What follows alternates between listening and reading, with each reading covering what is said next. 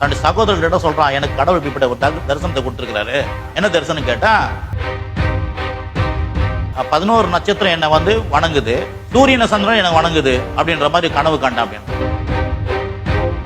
கொஞ்சம் நல்ல பையன் பாரு, உண்மையான பையன், தேவனுடைய தரிசனத்தை பெற்றுக் கொண்டிருக்கிற பையன். உடனே அவர் என்ன பண்றாரு, இவனுக்கு நல்ல கலர் ட்ரெஸ் எல்லாம் போட்டு கொடுக்குறாரு.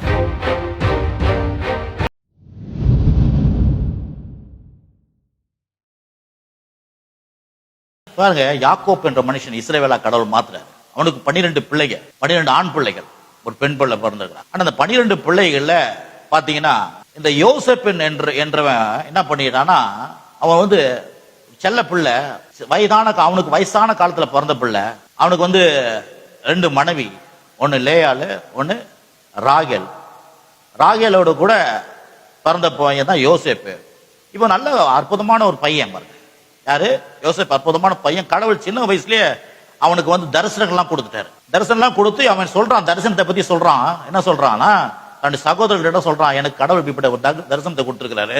என்ன தரிசனம் கேட்டா, அவன் சொல்றான், ஏன் அரிக்கட்டு, அதான் அரிக்கட்டுன்றது அறுக்கிறாங்களே, அரிக்கட்டு 12 அரிக்கட்டு, 11 அரிக்கட்டு, ஏன் அரிக்கட்டை வந்து வணங்குற மாதிரி இருக்குது அப்படின்ட்டு ஒரு தரிசனத்தை சொல்றான்.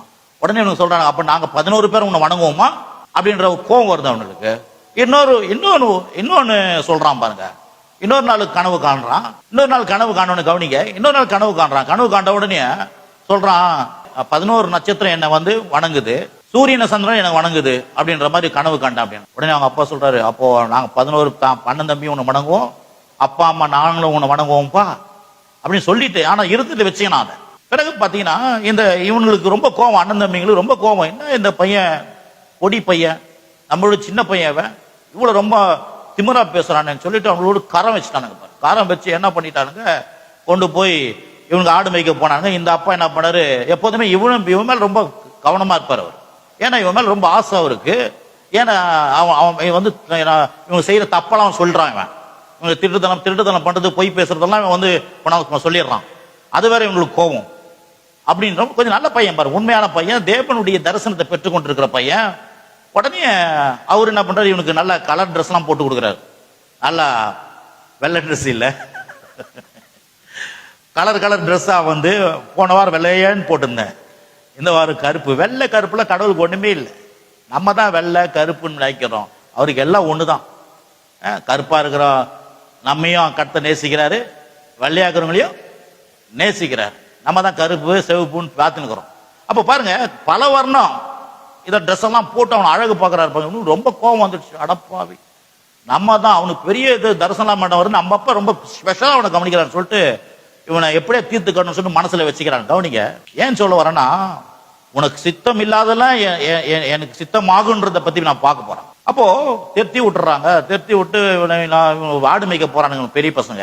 திடீர்னு இவங்க அப்பா என்ன பண்ண, சரி அண்ணன்களா பார்த்துட்டு வாப்பா, கொஞ்சம் சாப்பாடுலாம் கொடுத்துட்டு வா அப்படின்னு சொல்லி அனுப்புறாரு. இவங்க தூரம் வர்றதுக்கு கொஞ்சம் தூரம் வந்துட்டானுங்க, ரொம்ப லாங்கா போயிட்டான், ரொம்ப தூரத்துக்கு போயிட்டு இருக்கிறாங்க. போய் தேடின்னு போறான். தேடின்னு போன இவங்க பார்த்துட்டானுங்க, அடடா சொப்பனக்காரன் வரான், கனவுக்காரன் வரான், இவனை இங்கேயே தீட்டு கட்டின்னு சொல்லிட்டு நினைச்சு அவனை என்ன பண்ணிட்டாங்க, கொண்டு போய் குழியில போட்டானுங்க. குழியில போட்டோடனையும் கத்துறான். ஆனா ஒருத்தன் சொல்றாங்க, நம்ம குழியில போட்டா பேஸ்ட், அங்க ஒரு இவங்க வராங்க, இஸ்மவேல் மக்கள் வராங்க, அவங்க கிட்ட வித்துருவோம்னு சொல்லிட்டு வித்துட்டாங்க. வித்துட்ட பிறகு இவன் வித்துட்டான். திருப்பி அவன் என்ன பண்ணா, போய் எகிப்துல போய் வித்துட்டு போயிட்டாங்க. வித்துட்டு போயிட்ட பிறகு இவன் கிட்டத்தட்ட வந்து பாத்தீங்கன்னா 17 வயசுல காணாத போயிட்டான்.